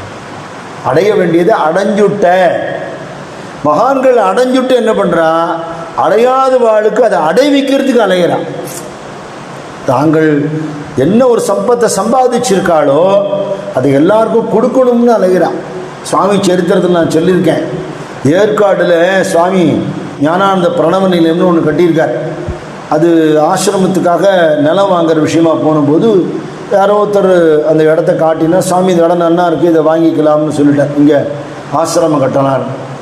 அப்புறம் வேற ஒரு பக்தர் வந்து, சுவாமி இல்லை சுவாமி இந்த இடம் வேண்டாம், இது இந்த ஏற்காடு ஏரி போட் கிளப்புக்கு பக்கத்தில் இருக்கு, ஜனங்கள் நடமாட்டம் இருக்கும், இன்னும் உள்ள அடர்ந்த காட்டில் நல்ல ஏகாந்தமாக இருக்கும், உங்களை மாதிரி உள்ளவாளுக்கு அது ரொம்ப சௌரியமாக இருக்கும், அதனால் அங்கே நான் இடம் தரேன் அப்படின்னேன். சாமி சிரிச்சுண்டே, ஏகாந்தமாக இருந்து தபஸ் பண்ணின காலமெல்லாம் முடிஞ்சு போயிடுத்து, பண்ணின தபஸை எல்லாருக்கும் கொடுக்கறதுக்கு வந்திருக்கு, நடமாட்டம் இருக்கிற இடத்துலேயே இருப்போம்னு. கல்கண்டு எடுத்து வெளியில் வைக்கணும், எறும்பு மொக்கணுங்கிற, அதான் கருணை. அவள் எதுக்கு வெளியில் வர, நமக்கு கிருபை பண்ணுறதுக்கா. பெரியவாளுக்கு மடத்திலே இருக்க தெரியாதா, எதுக்கு சஞ்சாரம் பண்ணினார் வேறு அப்படின்னா, நம்ம இன்னைக்கு போய் அவரை பார்க்க போகிறோம், நம்ம ஊருக்கு வந்தால் தான் உண்டு. அந்த கருணையினால தான் அவள் சஞ்சாரம் பண்ணா. அருணகிரிநாதர் அப்படி எல்லா இடத்துக்கும் சஞ்சாரம் பண்ணினார். அப்புறமா அப்படி நிஷ்ட கலைஞ்ச உடனே முருகப்பெருமான் பாடுன்னு சொன்னார். இவர் ஓரளவுக்கு படித்தவர் தான், ஆனால் அவர் சொல்கிற, நான் படித்ததுன்னா ஒரு டிகிரி ஒரு குவாலிஃபிகேஷன் வெளியில் சொல்லிக்கப்படாதுங்கிற, இன்னும் லௌகீக படிப்பு தானே படித்தேன். விவேகானந்த சுவாமிகள் அவ்வளோ பெரிய மகான்னு உலகமே இன்றைக்கி அவரை போற்றி வணங்குறதுன்னா, அவர் படித்தவர் தான், காலேஜில் நல்லா படித்தவர், பிஏ ஆனர்ஸ் படிச்சிருக்கார். ஆனால் அந்த படிப்புக்காக அவர் யாரும் பாராட்டலை. அவரே சொல்கிறார், ஐ லேர்ன்ட் எவ்ரிதிங் ஃப்ரம் தட் அன்லெட்டர்டு பர்சன்கிற. இங்கிலீஷில் தன் பேர் எழுத கூட தெரியாத ஒரு பட்டிக்காட்டா ஒருத்தர் இருக்கார், அவர்கிட்ட தான் எவ்வளவு கற்றுட்டேங்க, அருணாம்சர்கிட்டேருந்து. அப்போ அது அந்த அனுபவ ஞானத்தை குருநாதன் தான் கொடுக்க முடியும், இந்த படிப்பு இல்லை. அதனால் யாம் ஓதிய கல்வியும் எம்மறிவும் தாமே பெற வேலவர் தந்ததினால்ங்கிற கந்தரனுக்கு முருகன் போட்ட பிச்சையா. பகவான் வந்து அடி எடுத்து கொடுக்குறார், முத்தை அப்படின்னு எடுத்து கொடுக்குறார். அதான் முதல் பாட்டு. முத்தை தருபத்தி திருநகை அத்திக்கிரை சத்தி சரவண முத்திக்கொரு வித்து குருபர எனவோதும் முக்கட்பரமர்க்கு சுருதியின் முற்பட்டது கற்பித்திருவருள் 30 வர்க்கத்தமரர் மடிபேண 10 தலை தக்க கணைதொடு ஒத்தைகிரி மத்தை பொருதொரு பட்டப்பகல் வட்டதிகிரியில் இரவாக பக்தக்கிரதத்தை கடவிய பச்சை புயன் மெச்சத்தகு பொருள் பட்சத்தொடு ரட்சித்தருள்வது ஒரு நாளே தித்தித்தைய ஒத்த பரிபுர திட்கொட்க நடிக்க கழுதொடு திக்கொட்க நடிக்க கழுதொடு கழுதாட திக்கு பரியட்ட பைரவ தொக்கு தொகு தொக்கு தொகு தொகு சித்திரப்ப முறிக்கு திரிகடக எனவோத கொத்துப்பறை கொட்ட களமிசை குக்கு குகு குக்கு குகு குகு குத்துப்புகை குட்டு பிடியன முதுகூகை கொட்புட்டட நட்பட்ட உணரை வெட்டி பலியிட்டு குலகிரி குத்துப்பட ஒத்து பரவல பெருமாளே. முதல் பாட்டு. இந்த ஒரு பாட்டிலேயே அருணகிரிநாதர் என்ன சொல்ல வந்தார் அப்படிங்கிறது முழுக்க அவருடைய எல்லா பாட்டோட சாரமாகவும் எடுத்துக்கலாம். முத்துங்கிற ஒரு அடி எடுத்து கொடுக்குறார் சுவாமி. அவர் ஆட்கொண்டது, சுவாமி சொல்ற ஆட்கொண்டது இந்த அருணாச்சலத்தில்ங்கிறார். ஆட்கொண்டு முத்துன்னு எடுத்து கொடுத்தார். பக்தி சமுத்திரத்தில் முழுகி முத்தெடுத்து தமிழ் முத்தாக நம்ம அருணகிரிநாதர் கொடுக்குறார். என்னவா, முத்து மாதிரி பல்லு இருக்கான். யாருக்கு? தெய்வ அன்னைக்கு. அவ அப்படி சிரிக்கிறாளா முருகனை பார்த்து. முத்தை தரு பத்தி திருநகை அத்திக்கிரை, ஐராவதத்தினால் வளர்க்கப்பட்டவர். அத்திக்கீரை முருகப்பெருமான். சக்தி சரவண அம்பாளுடைய அம்சமாக வந்தவர். முக்தி கொரு வித்து குருபர எனவோதும் முக்கட்பரமர்க்கு சுருதியின் முற்பட்டது கற்பித்து. முக்கட்பரமனான பரமேஸ்வரனுக்கு வேதத்துக்கும் மூலமான ஓம்காரத்துக்கு அர்த்தம் சொல்லி 30 வர்க்கத்தமரர் மடி பேண 30 கோடி தேவதைகளும் திருவடியில் விழும்படியாக அப்பேற்பட்ட முருகன் 10 தலை தக்க கணிதொடு 10 தலை இருக்கிற ராவணனை ஒரு பானத்தால் சம்ஹாரம் பண்ணினவரோட மருவான் ராமாயணத்தை கொடுத்துட்டார். ஒத்தைக்கிரி மத்தை பொறுதொரு கூர்மாவதாரம் எடுத்து மேருமலையை முதுகுல தாங்கி அமிர்தவதாரத்துக்கு உபகாரம் பண்ணினார். பட்டப்பகல் வட்ட திகிரியில் இரவாக ஜெயத்ரதனை சந்தியா காலத்துக்குள்ள வதம் பண்ணுவேன், அபிமன்யுவா அநியாயம் பண்ணி கொண்டு விட்டான்னு அர்ஜுன் சபதம் பண்ணினான். அவன் என்ன பண்ணா, சாயந்தரம் வரல அவனை வெளியில் விடாமல் அமைக்கி வச்சுட்டான். கௌரவம்லாம் சந்தியா காலம்னா இவன் சூசைட் பண்ணிட்டு ஆகணும் அப்படிங்கிற நிலைமை. இவனை வெளியிலேயே விடலை. அவன் வெளியில் வந்தால் தானே யுத்தம் பண்ண முடியும். அப்போ என்ன பண்ணார், சுவாமி தன்னோட சுதர்சன சக்கரத்தை அனுப்பிச்சு சூரியனை மறைச்சுட்டாராம். இது அவரால் தான் முடியும். ஏன்னா தபனன் ஆயிரங்கள் ஏக ரேகையான கரசகஸ்ர சக்கரமூர்த்தியை பணிந்து பாடுவோம்னு சொல்கிறார் அகஸ்தியர். 1000 சூரியன் சுதர்சன சக்கரத்தோட ஒரு ரேகையாம். அந்த சுதர்சனத்தை அதுவே ஒளியால் ஒளியை மறைக்க முடியுமோ? கிருஷ்ணன் நினைச்சா மறைக்க முடியும். அவ்வளோதான் விஷயம். பட்டப்பகல் வட்ட திகிரியில் இரவாக மறைச்சு விட்டார். ஆக்சுவலாக டைம் ஆகலை. ஆகா முடிஞ்சு போயிடுத்து, சந்தியா காலம் ஆகிடுத்து, அர்ஜுனன் சாக போகிறான் அப்படின்னு ஒன்று. அர்ஜுனனும் சரி நான் தற்கொலை பண்ணிக்குவேன், அக்னி பிரவேசம் பண்ண வேண்டியதான் நினச்சவொடனே ஜெயத்ரதன் வெளியில் வந்துட்டான். சுதர்சனத்தை திரும்பி கூப்பிட்டா வந்துட்டான்டா அப்படின்றார். பட்டப்பகல் வட்ட திகிரியில் இரவாக யாரு பண்ணினா? பக்தர்க்கு இரதத்தை கடவிய பக்தனுக்காக ரதம் ஓட்டின பச்சை புயன் மெச்சத்தகு பொருள் பட்சத்தோடு ரட்சித்தருள்வது ஒரு நாளே. பச்சைமா மலை போல் மேனியா இருக்கக்கூடிய பகவான் தன் பக்தனுக்காக பார்த்த சாரதியாக இருந்தான்.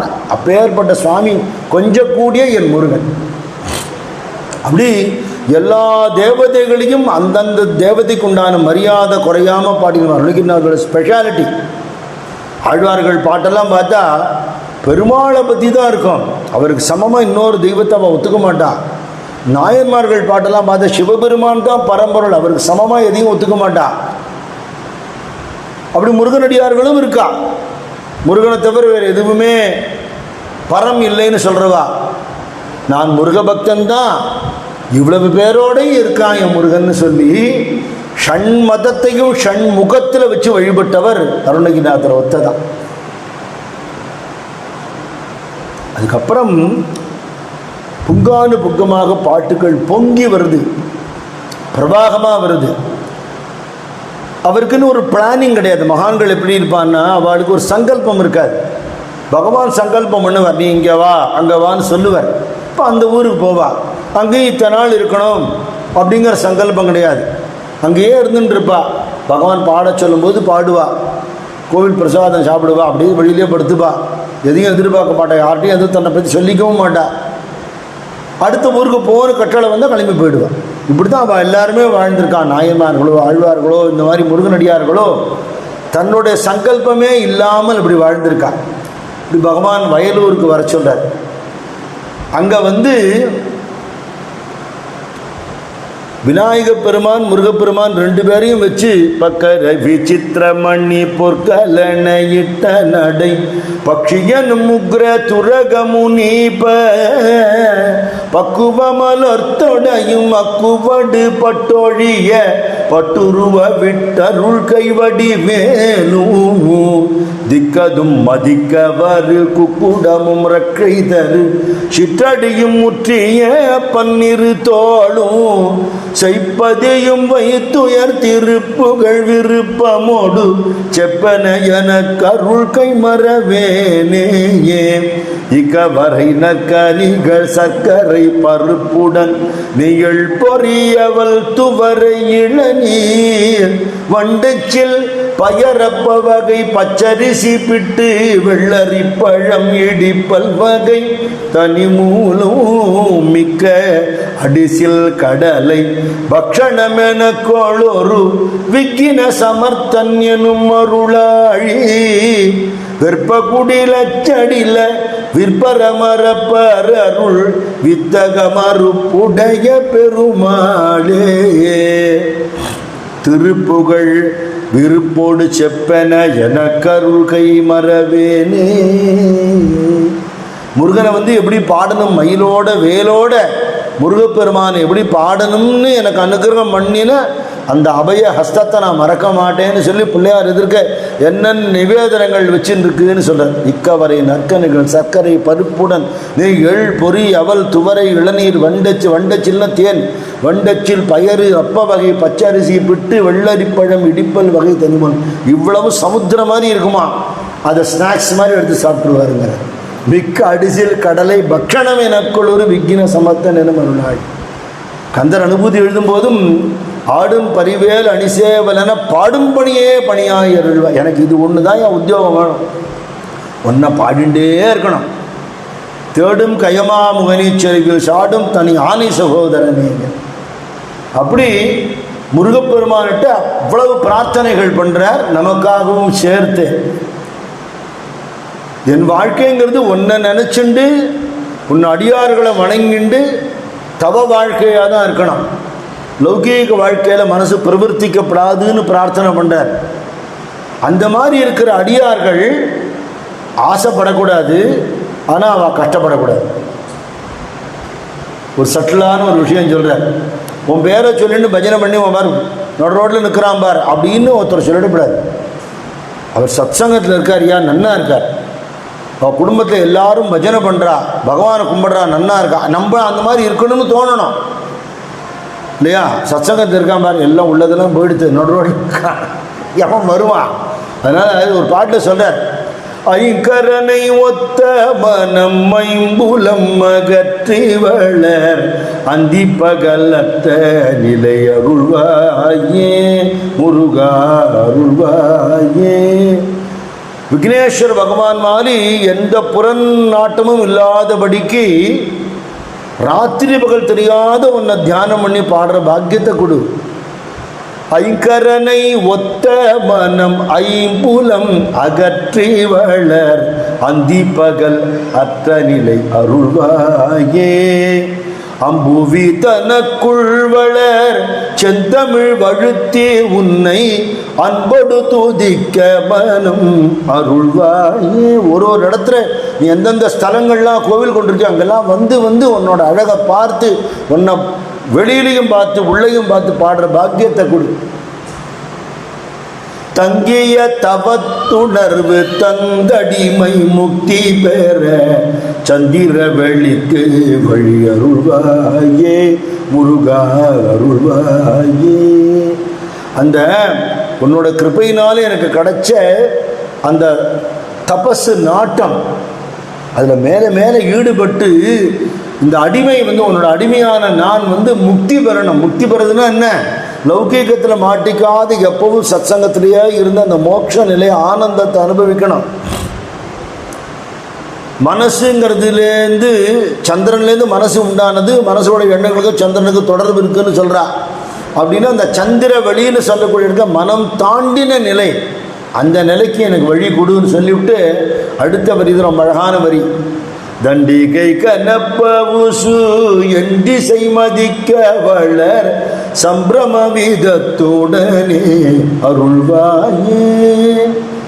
உன்னை பாடக்கூடிய அடியார்களாக எங்கே போனாலும் அவளுக்கு ராஜ மரியாதை கிடைக்கணும். அப்படி ஒரு மரியாதை கொடுக்கணும். அவளுக்கு வேணுங்கிறதுலாம் செய்கிறதுக்கு ஆட்கள் இருக்கணும். அத்தனை சௌகரியங்களும் அவளை தேடி வந்து அவளுக்கு அதில் நாட்டம் இல்லாமல் இருக்கணும். எவ்வளோ பெரிய விஷயம் அது இல்லையா? நீ அடியவனாக இருக்கணும். உன்னை தேடி எல்லா ஐஸ்வர்யமும் வரும். ஆனால் இது கொடுத்த சுவாமியை நீ நினைக்கணுமே தவிர அது பின்னாடி போயிடக்கூடாது. இப்படிலாம் எழுதி வச்சிருக்காரு பாட்டு. அப்படி அவர் ஆட்கொள்ளப்பட்டு ஊரூரா போய் பாடி மக்கள் எல்லாரும் அந்த பாட்டுகளில் ரொம்ப ஈடுபட்டுட்டார். கீவாஜா அவர்கள் சொல்கிறார், ஒரு மகானுடைய ஆத்மானுபவம் ஞான பக்தி அனுபவம் மட்டும் நமக்கு படிக்க கிடைச்சதுன்னா நன்னா இருக்கும். நமக்கு ப்ராக்டிகாலிட்டி இல்லையே, நமக்கு தெரியாது இல்லையா? சாப்பிடாமே இருந்து ஒரு மகானை பற்றி படிக்கிறோம், படித்தும் புக்கை மூடி வச்சுட்டு ஒன்றே மணி சாப்பிட போகிறோம். நம்ம அனுபவம் வேற, நம்ம படிக்கிறது வேற. அருணகிரிநாதர் பாட்டில் என்ன ஒரு ஆகர்ஷணம், லௌகீக வாழ்க்கையில் ஈடுபட்டு அதே கதின்னு இருந்து பாழா போன கதைகள்லாம் சொல்கிறார். இது நம்மள பெரும்பாலானவாளுக்கு அனுபவம். இது முருகன் ஆட்கொண்ட பிறகு அந்த வாழ்க்கை எப்படி மாறுறதுங்கிறத சொல்கிறார். அது நமக்கு அனுபவம் இல்லை. இந்த அனுபவம் இருக்கிறதுனால, இந்த அனுபவம் இருக்கிற நமக்கு அது கிடைக்குங்கிற நம்பிக்கை உண்டாகும்னு சொல்ல. அவ்வளோ அழகு இல்லையா? அல்லி விழியாலும் முல்லை நகையாலும் மல்லல் பட ஆசை கடலியும் அள்ள இனிதாகி நள்ளிரவு போலும் உள்ள வினையார தனமாறும். அப்படி ஒரு வள்ளிமலை திருப்புகள் ஆச்சாரியால் சொல்கிறா இல்லையா? பஜகோவிந்தத்தில் பாலஸ்தாவத்து கிரீடா சக்தகா, தருணஸ்தாவத்து தருணீ சக்தகா, விருத்தஸ்தாவது சிந்தா சக்தா, பரே பிரம்ம நீ கோ அப்பின சக்தா. சின்னவனாக இருக்கிறத விளையாட்டில் நாட்டம், இளைஞனான உடனே இளம் பெண்ணுகிட்ட நாட்டம், இளம் பெண்ணுக்கு இளம் பையன்கிட்ட நாட்டம், வயசானதுக்கப்புறம் கவலைப்பட்டே நாள் வீணாக போடுது. கடவுளை எவனுமே நினைக்க மாட்டேங்கிறான். பரே பிரம்மணி கோ அப்பின சக்தாங்கிற ஆச்சாரியால். அப்படி என்னுடைய மனைவியோட அழகில் நான் மயங்கி இருந்துட்டேன்னு சொல்கிற ஒரு கிரகஸ்தனுடைய வாழ்க்கையாக இருக்கு. ரொம்ப நாட்டுகள் பின்னாடி போனாருங்கிற ஒரு சரித்திரம் சொல்லப்படுறது. அது உண்மையோ உண்மை இல்லையோன்னு எடுத்தனா கூட, ஒரு கிரகஸ்தனாக இருந்தால் கூட அந்த அழகில் மயங்கி இருந்துட்டா நீ தெய்வத்திலேருந்து விலகி போய்டுறேங்கிறான். துளசிதாசர் சரித்திரம் பிரமாணம். மனைவிட்டு அப்படி ஒரு பிரேமை. அதில் என்ன சார் தப்பு இருக்குன்னு நம்ம சொல்லுவோம். ஒரு நாள் அவளை பிரிஞ்சிருக்க முடியாத அளவுக்கு ஒரு நிலைமை வந்து அவள் ஒரு சூழ்நிலைனால பிறந்தாத்துக்கு போயிருக்கா. அவள் வர்ற மட்டுக்கும் இருக்க முடியாத கொற்ற மழையில் பரிசல்காரன் இல்லாத போது ஆற்றுல வெள்ளத்தில் நீஞ்சிண்டு போய் முழுகிற நிலைமை வந்த உடனே ஒரு பொணத்தை பிடிச்சிண்டு கரையேறி அவள் வீட்டுக்கு போகிறதுக்கு, மாடியில் இருக்கிற இடத்துக்கு போகிறதுக்கு வழி தெரியல. வீடு சாத்தியிருக்கு, குரல் கொடுத்தா மழையில் கேட்கலை. பக்கத்தில் இருக்கிற மரத்தில் தொங்கிட்டு இருந்த மலைப்பாம்பு பிடிச்சின்னு ஏறி உள்ளே போயிருக்க. காத்தால தான் இவ்வளோ விஷயம் அவருக்கு தெரியும். மலைப்பாம்பு செத்து கிடக்கு, ஒதுக்கி கிடக்கு பிரேதம். அப்போ பொண்டாட்டி கேட்டாலாம், இந்த உடம்பு அந்த மாதிரி ஒரு நாள் ஆகிடும் தெரியுமா உங்களுக்கு? எங்கள் அம்மா போயிட்டான்னு தான் நான் இங்கே வந்தேன். நான் ஒரு நாள் போயிடுவேன். அப்போ இந்த அழகுக்கு பின்னாடியே அலைகிறேன் இல்லைங்க. எங்கள் ஆத்துக்காரர் என்கிட்ட பிரியமாக இருக்காருன்னு சந்தோஷப்பட்டிருக்கேன். ஆனால் என்னை தவிர வேறு எதையும் நினைக்க முடியாத அளவுக்கு பித்து பிடிச்சி போயிட்டாலே, அதை நினச்சி நான் வருத்தப்படுறேன். நீங்கள் எந்த அழகை பார்த்து மயங்கணும் தெரியுமா? ராமனோட அழகை பார்த்து மயங்கணும். மாறாத அழகு, என்னைக்கும் சுந்தர ராமன், குணத்திலையும் அழகு, ரூபத்திலையும் அழகு. அந்த ராமன்ட்ட அவங்களுக்கு ஈடுபாடு இருந்து என்னை பார்க்க இப்படி ஓடி வந்தால இப்படி ராமனை பார்க்க பாடுபட்டா பிரயோஜனம் உண்டுன்னு சொல்லிவிட்டா. அந்த வார்த்தை அவரை மாற்றி ராமனுக்காக அழுது ராமாயணம் நடக்கிற இடத்துலலாம் போய் உட்காந்து கதறி ஆஞ்சநேயர் கிருப்பையை சம்பாதிச்சு ராமரை நேருக்கு நேர் பார்த்தாருங்கிறது சரித்திரம். நீங்கள் பார்த்தாலே ராமரை எனக்கு காட்டு வேளான்னு அக்பர் கேட்டான். நான் ராமரை பார்க்கலப்பா, ராமர் எனக்கு தரிசனம் கொடுத்த. ராமர் உனக்கு தரிசனம் கொடுத்தா நீ பார்த்துக்க. அப்போ நான் அந்த நீங்கள் தரிசனம் ஆச்சுன்னு சொல்கிறத நான் நம்ப முடியாது, நம்ப வேண்டாம். எனக்கு நீங்கள் தரிசனம் பண்ணி வைக்கணும்னா உங்களை வெளியில் விட மாட்டேன்னு சொல்லி ஹவுஸ் அரெஸ்ட் பண்ணி விட்டான் அவரை. அதனால என்ன, ஒரு சாது ஒரு பாகவதனுக்கு ஜெயிலாக இருந்தாலும் சரி, ஆசிரமமாக இருந்தாலும் அரண்மனையாக இருந்தாலும் ஒன்று தான். இங்கே உட்காந்து ராமநாம சொல்ல போகிறேன், அங்கே உட்காந்து சொல்லிட்டு போகிறேன், அவ்வளோதானே. அந்த ஜெயிலில் இருக்கும்போது அவர் பாடினு தான் நம்ம தினம் பாடுறோம்.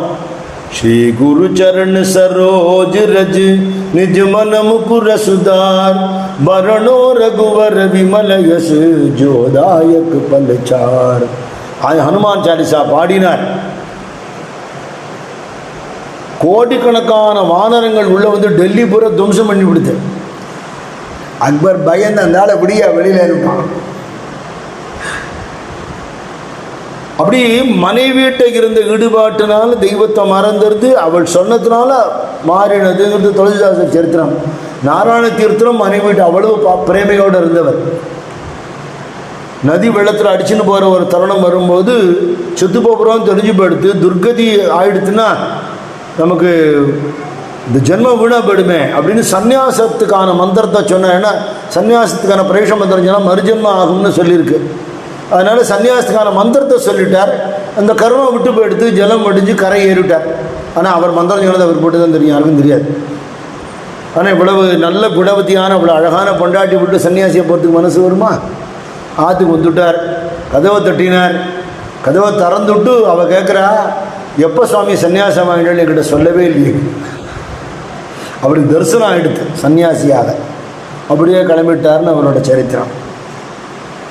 அப்போது மனைவி வீட்டுக்கு ஈடுபாடு இருந்தாலும் வேறு எப்படி ஈடுபாடு இருந்தாலும் தெய்வத்திட்டேருந்து விலகி இருந்த அள்ளி விழியாலும் முல்லைய நகையாலும் அல்லல் பட ஆசை கடலையும் அந்த சுகத்தை அனுபவிக்கணும், போகத்தை அனுபவிக்கணும்னு அள்ள அள்ள குறையாத அந்த இன்பத்தை அனுபவிக்கணும்னு நினச்சி நினச்சி நினச்சி இருட்டு எப்படி கப்பி கிடக்கோ அப்படி அந்தகாரம் அஜ்ஞானம் கப்பி கிடக்கு. அப்புறம் எந்த உடம்பு இத்தனை சுகத்தை அனுபவிச்சதோ அது தளர்ந்து போய் லாயக்கு இல்லாமல் போயிடும். கடைசி காலத்தில் இந்த இடம் எனக்கு ரொம்ப பிடிக்கும். இல்லும் இளையோரும் மெல்ல அயலாக வல்லெருமையுமாய சமனார். லாஸ்ட் பெட்டில் ஒருத்தன் படுத்துன்னு இருக்கான். இந்த இடத்துல ஒரு வீடியோகிராஃபி காட்டார் அருணகிரிநாத். அப்படியே கண் பார்வை மங்கிறது. டாக்டர் வந்து பார்த்துட்டு மேட்ரு ஆஃப் 5-10 minutes சொல்லிட்டு போயிட்டார். இவாள்லாம் பக்கத்தில் பொண்டாட்டி பிள்ளை பேரம் பேச்சிலாம் இருக்கா, எல்லாம் கதறதா தெரியுறது. கஷ்டப்பட்டு கட்டின வீடு, சேர்த்து வச்ச பணம். நம்ம சுவாமி கிண்டலாக சொல்லுவார், தலகாணி கடியில் இருக்கிற சாவியை தொடர்றதுக்கு ட்ரை பண்ணுவான். அந்த நேரத்தில் ₹1 எடுக்க முடியாது. மனசு அவ்வளவு அஜ்ஞானத்தில் இருக்குமா. அப்போது இல்லும் இளையோரும் மெல்ல அயலாக, அவள்லாம் வந்து இப்போ நம்மளை விட்டு தூரம் போயிட்டு இருக்கா, நம்ம அவளை விட்டு சிங்க் ஆகிட்டு இருக்கோம். உள்ள கண்ணு திறக்க முடியல, அப்படியே டிம்மாக இருது அந்த பார்வை. அவள் பேசுறதுலாம் சரியாக கேட்கல. யமபடர்கள்லாம் நல்லா தெரிகிறான், படிச்சுன்னு தெரிகிறா. அஜாமின சரித்திரத்தில் வருமே அது மாதிரி செம்பட்ட தலையோட பயங்கர ரூபத்தோட அவள் பேசுறது, இவ்வளோ பாவம் பண்ணியிருக்கான் பாரு, அடித்து பிடிச்சி இழுத்துன்னு போனவனே அப்படின்னு சொல்றது கேட்கறது. அந்த மாதிரி நேரத்தில் வல் எருமையுமாய சமனாரும் அந்த யமதூதர்கள் வந்து, எருமமாட்டில் வரக்கூடிய யமனோட தூதர்கள் வந்து எள்ளி எனதாவி கொள்ளை கொள்ளும் நாளில் உய்ய ஒரு நீ பொற்கழல்தார கார்பாமிசை காலல் வரில் கலாப தேர்மாமிசை வந்து எதிரப்படுவாங்கிற. அவன் யமன் வந்து எருமையில் வர்றதுக்கு நீ அலோவ் பண்ணாத, நீ மயிலில் வேகமாக வந்து என்னை கூட்டின்னு போயிடு. இது ஒத்தத்திற்கும் நடக்கக்கூடியது. இன்னும் இளையோரும் மெல்ல அயலாக அவ்வளவு விட்டுட்டு தான் போகிறோம். நம்ம கோவிந்தபுரத்துலேயே நடந்தது. இந்த பக்கத்து ஃப்ளாட்டில் இருந்த ஒரு மாமி இங்கே சத்சங்கத்துக்கெல்லாம் கூட முன்னாடி தான் வந்திருக்கா. தனியாக இருந்தா பாவம். ஒரு நாளைக்கு உள்ளுக்குள்ளேயே விழுந்துட்டா, விழுந்து போயிட்டாங்கிறது கூட யாருக்கும் தெரியாது. பாடி டீகம்போஸ் ஆகி பேட் ஸ்மெல் வந்து தான் உடச்சி திறக்கிறாப்பில் ஆயிடுத்து. வாத்தியார் சொன்னார், சுரண்டி எடுக்க முடியாது இருந்தது உடம்ப. என்ன எங்கேயோ தேடி கண்டுபிடிச்சி ஏதோ நம்பர்லாம் பிடிச்சி, இவாளுக்கு யார் வரவு என்ன எது ரொம்ப விவரம் தெரியாது நமக்கு. அப்போ ட்ரை பண்ணும்போது ஒருத்தர் சொன்னாரா, நீங்கள் என்ன உண்டோ சம்ஸ்காரம்லாம் பண்ணிவிடுங்கோ, அங்கே இருக்கிற எந்த பொருளையும் தொட வேண்டாம், நாங்கள் வந்து டேக் ஓவர் பண்ணிக்கிறோம்னாலாம். இதுதான் நிதர்சனம். இல்லும் இளையோரும் மெல்ல அயலாக எல்லாம் நம்மளை விட்டு அனட போயிடும். நம்ம சம்பாதிச்ச பணமோ காசோ எதுவுமே இருக்காது, இந்த உடம்பு உள்பட. அப்படிங்கிறத இந்த சரீரம் இருக்கும் பொழுது, பிரஜை இருக்கும் பொழுது பகவானை சிந்தனை பண்ணி நம்ம அவரோட கலக்கிறதுக்கு நம்ம முயற்சி பண்ணணும் இல்லையா? அப்படி முருகப்பெருமானோட திருவருளை லௌகீகத்தில் ஆழ்ந்திருக்கிற மனுஷன் பகவானோட கருணையால் கரையேற வேண்டிய நிலையை ஏராளமான திருப்புகள் பாடி தள்ளி இருக்கார். அப்படியே எப்படி பாடிட்டு பல ஊர்கள்லாம் சஞ்சாரம் பண்ணினார். அவர் எந்தெந்த ஊரில் முருகனை பாடியிருக்காருன்னு ஒரு க்ஷேத்திர கோவியே இருக்குது. அதில் பூரி ஜெகநாதோட பேர் வருது. ஜெகநாதபுரியில் ஒரு முருகன் கோவில் இருக்கிறது நான் கேள்வியப்பட்டதில்லை. நிறைய கோவில்கள், சிவன் கோவில் நிறைய இருக்குது. ஜெகநாதர் பிரசித்தமாக இருக்கார். ஜெகநாதர் கோவிலுக்குள்ளேயே அத்தனை சாமிக்கும் கோவில் இருக்குது. ஜெகமே ஜெகநாதருக்குள்ளே இருக்குது. அங்கே பார்த்தா சக்தி பீடம், விமலா பீடம்ங்கிறது இருக்காங்க கோவிலுக்குள்ளேயே. அந்த அம்பாளுக்கு 2 பக்கமும் விநாயக பெருமான சுப்பிரமணிய சுவாமி இருக்கா. முருகன் ரொம்ப ஆச்சரியமாக மயிலோட கழுத்தை கட்டிண்டு ஒரு சேவலை கையில் பிடிச்சுன்னு ஒரு குழந்தை முருகன் அழகாக இருப்பார் பார்க்குறதுக்கு. இப்போ இந்த முருகனுக்கு தான் அருணகிரிநாதர் பாடியிருக்கார் நினச்சிங்க. போகாத இடம் இல்லை, அப்படியெல்லாம் பாடியிருக்கார். கதிர்காமத்தை பற்றி கூட பாடியிருக்கார். அப்படிலாம் சஞ்சாரம் பண்ணி, ஆனால் அந்த எளிய வாழ்க்கை தான். என்ன கிடைக்கிறதோ ஒரு வேளை பிரசாதம் சாப்பிட்டுட்டு சாமான்கள்லாம் ரொம்ப சேர்த்து வச்சுக்காமல் ஏதோ ஒரு வஸ்திரம் போரும் அப்படிங்கிற எண்ணத்தோட கோவில் கரையில் அப்படி படுத்துண்டு இப்படியே அடியவர்களாக இருந்து சஞ்சாரம் பண்ணி, இதுதான் சாதுக்களுக்கு விருப்பம் இல்லையா? பிக்ஷான்ன மாத்திர சதா துஷ்டி மந்தகாங்கிற ஆச்சாரியர். பிக்ஷை கிடைக்கிறதுல சந்தோஷம். கௌபீனவந்தகா கொலு பாக்யவந்தகா. ஒரு கௌபீனம் இருக்க, மரத்தடி இருக்க படுத்துக்க. விரக்ஷவல்லி ஆமாசோயரே வனச்சரே பக்ஷிகி சுஸ்வரே ஆளவித்து துகாராம் மராஜ். மரத்தடியில் படுத்துட்டு பட்சிகளுடைய சுஸ்வரத்துக்கு பாட்டு பாடிண்டு பாண்டவனோட அபங்கத்தையும் விதவிதமாக பாடி அதிக சாப்பாடை சாப்பிட்டுண்டு அப்படிதான் சாதுக்கள் இருந்திருக்கா. அப்படி ஆனந்தமாக, ஆசை இல்லை, அதனால துக்கமும் இல்லை, ஆனந்தமாக இருந்தார். திருவண்ணாமலைக்கு திருப்பி வரும்போது அவருடைய ஒரு மகிமைகள் இதெல்லாம் தெரிஞ்சுட்டு மக்கள்லாம் அவர்கிட்ட வர ஆரம்பித்தா. அந்த திருப்புகளை எல்லாரும் படித்து பாட ஆரம்பித்தா. அவளுக்கு அதனால சுவானுபூதி உண்டானது.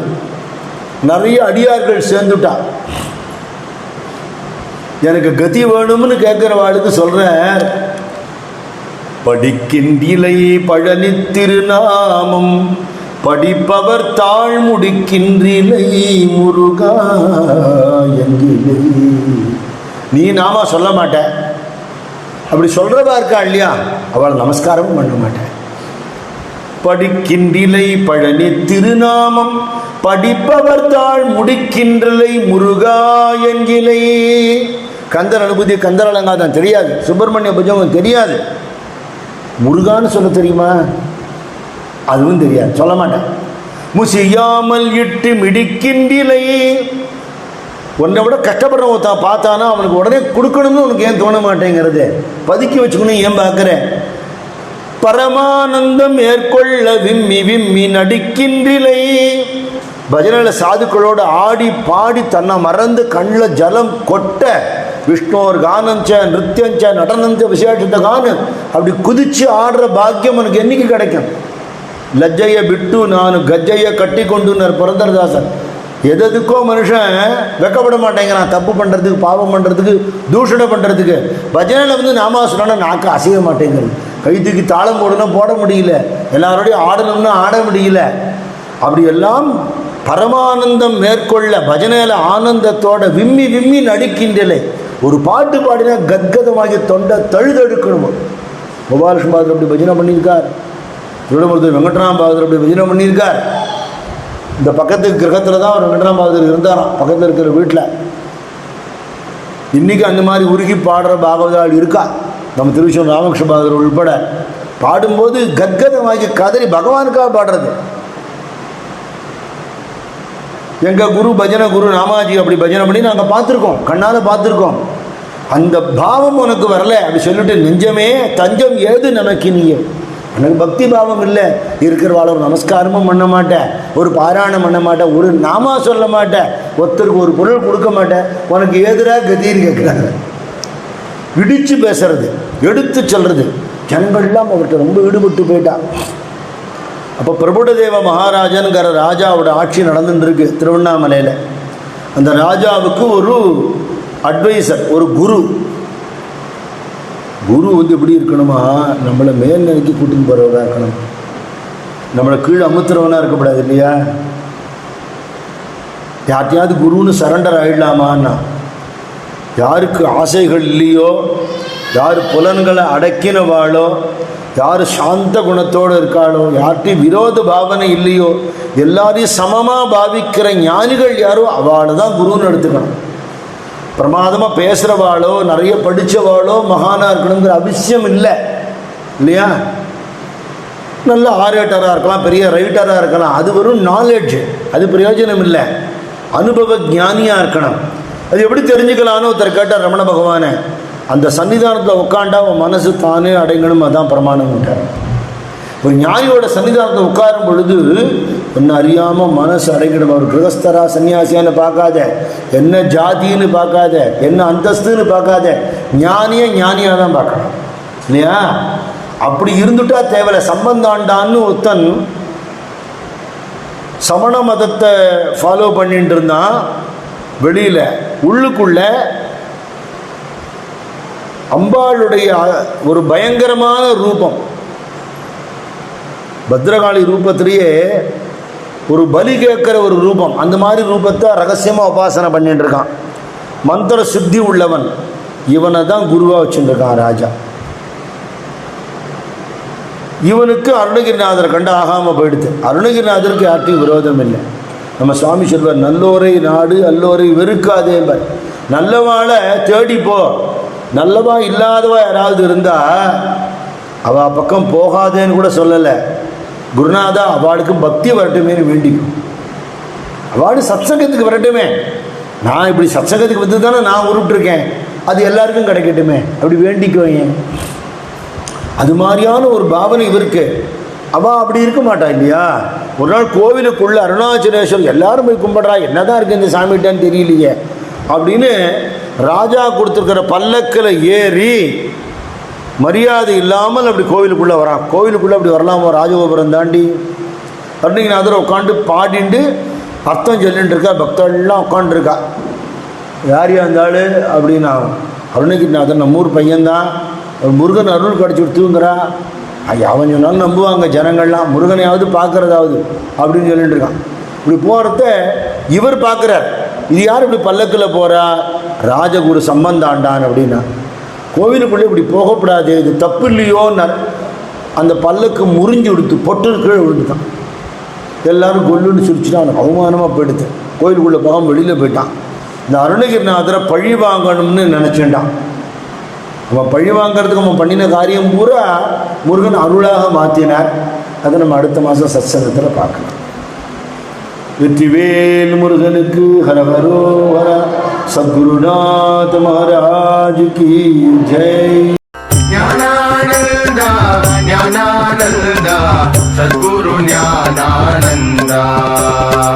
ஞானானந்தா ஞானானந்தா சத்குரு ஞானானந்தா ஞானானந்தா ஞானானந்தா சத்குரு ஞானானந்தா ஞானானந்தா ஞானானந்தா